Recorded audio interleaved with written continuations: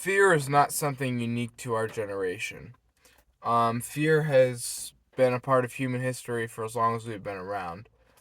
I would like to read one of my favorite passages about fear by my favorite Stoic philosopher, one of my favorite philosophers, Epictetus. Epictetus, for context, was a slave during the time of the Roman Empire, born in what I believe is modern day Turkey. So I'm reading from the Enchidron and Discourses, How to Live by Epictetus. Excellent book. I recommend you read it. Let's get straight into it. On freedom from fear. What makes the tyrant formidable? The guards, you say, and their swords, and the men of the bedchamber, and those who exclude them who would enter?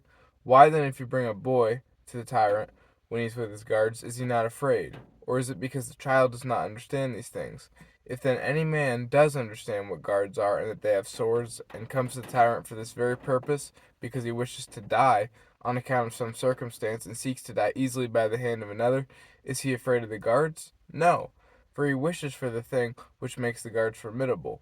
If then any man neither wishing to die nor to live by all means, but only as it may be permitted, approaches the tyrant, what hinders him from approaching the tyrant without fear? Nothing.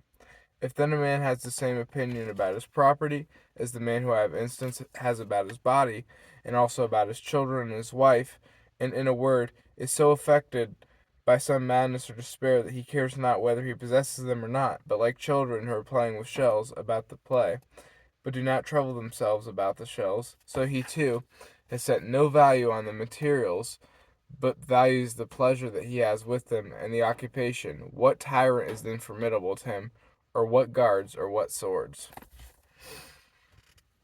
I think this passage helped me extremely with fear, especially fear of men. If you're afraid of a boss, if you're afraid of a family member, and when I say afraid, I don't mean you're trembling, shaking, but you're maybe wary about the power they possess over you, the leverage they may have over you. This Applying this to your life is going to be extremely beneficial. Essentially, what Epictetus does is he reveals the fact that things have no intrinsic superiority in the sense that you need to be afraid of. Okay, so while the while AI might be superior to me, there's nothing about AI that I have to necessarily fear.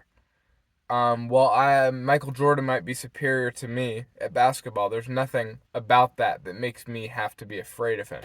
Now, if I'm trying to beat Michael Jordan in a 1v1 in basketball, then I'm going to be afraid. I should be afraid because that is he's superior in the thing that I wish to be superior at.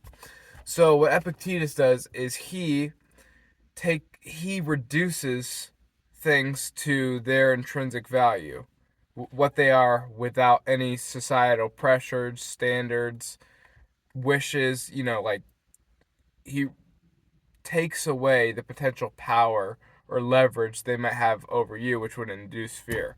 For example, if you're at work, you're looking for a promotion, there's a certain boss that you want to impress, and then you mess up, you are going to be afraid because your motive is to impress this boss, to get this promotion.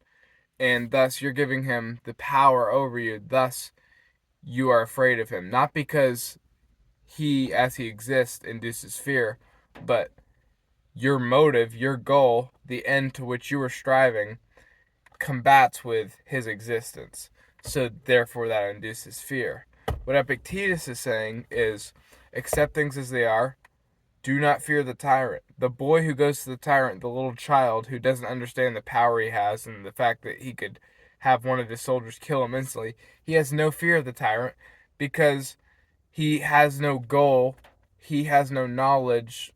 It's more, he has no goal, he has no wish to obtain anything from the king, and he has no knowledge of the fact that he could be killed by the king, so he has no fear of the king, thus presenting himself better, I would think, to the king and living more freely and in harmony with life. So yeah, that's what I would. This has really helped me. I would recommend this to my young chuds. Live life, chase things, but don't attach too much value to them to where you're afraid by them. Apply for your promotion at work, but don't be scared of your boss when you're trying to impress him because you have no wish to keep your job. You have no specific inherent wish to work at that company. You're just working there because you've chosen to work there and you've been successfully employed there. If you're on the basketball team, you're playing basketball because you love basketball team, not because you want to be on, you know, Johnson City High School basketball team. No, you play basketball because you love basketball. You're on Johnson City High School basketball team. If you get cut, you get cut. You have no fear of the coach. You'll go play basketball somewhere else. So that this really helped me. I'm not articulating maybe the best, but Epictetus speaks for himself. Please read Epictetus. But yeah, that's an excellent quote.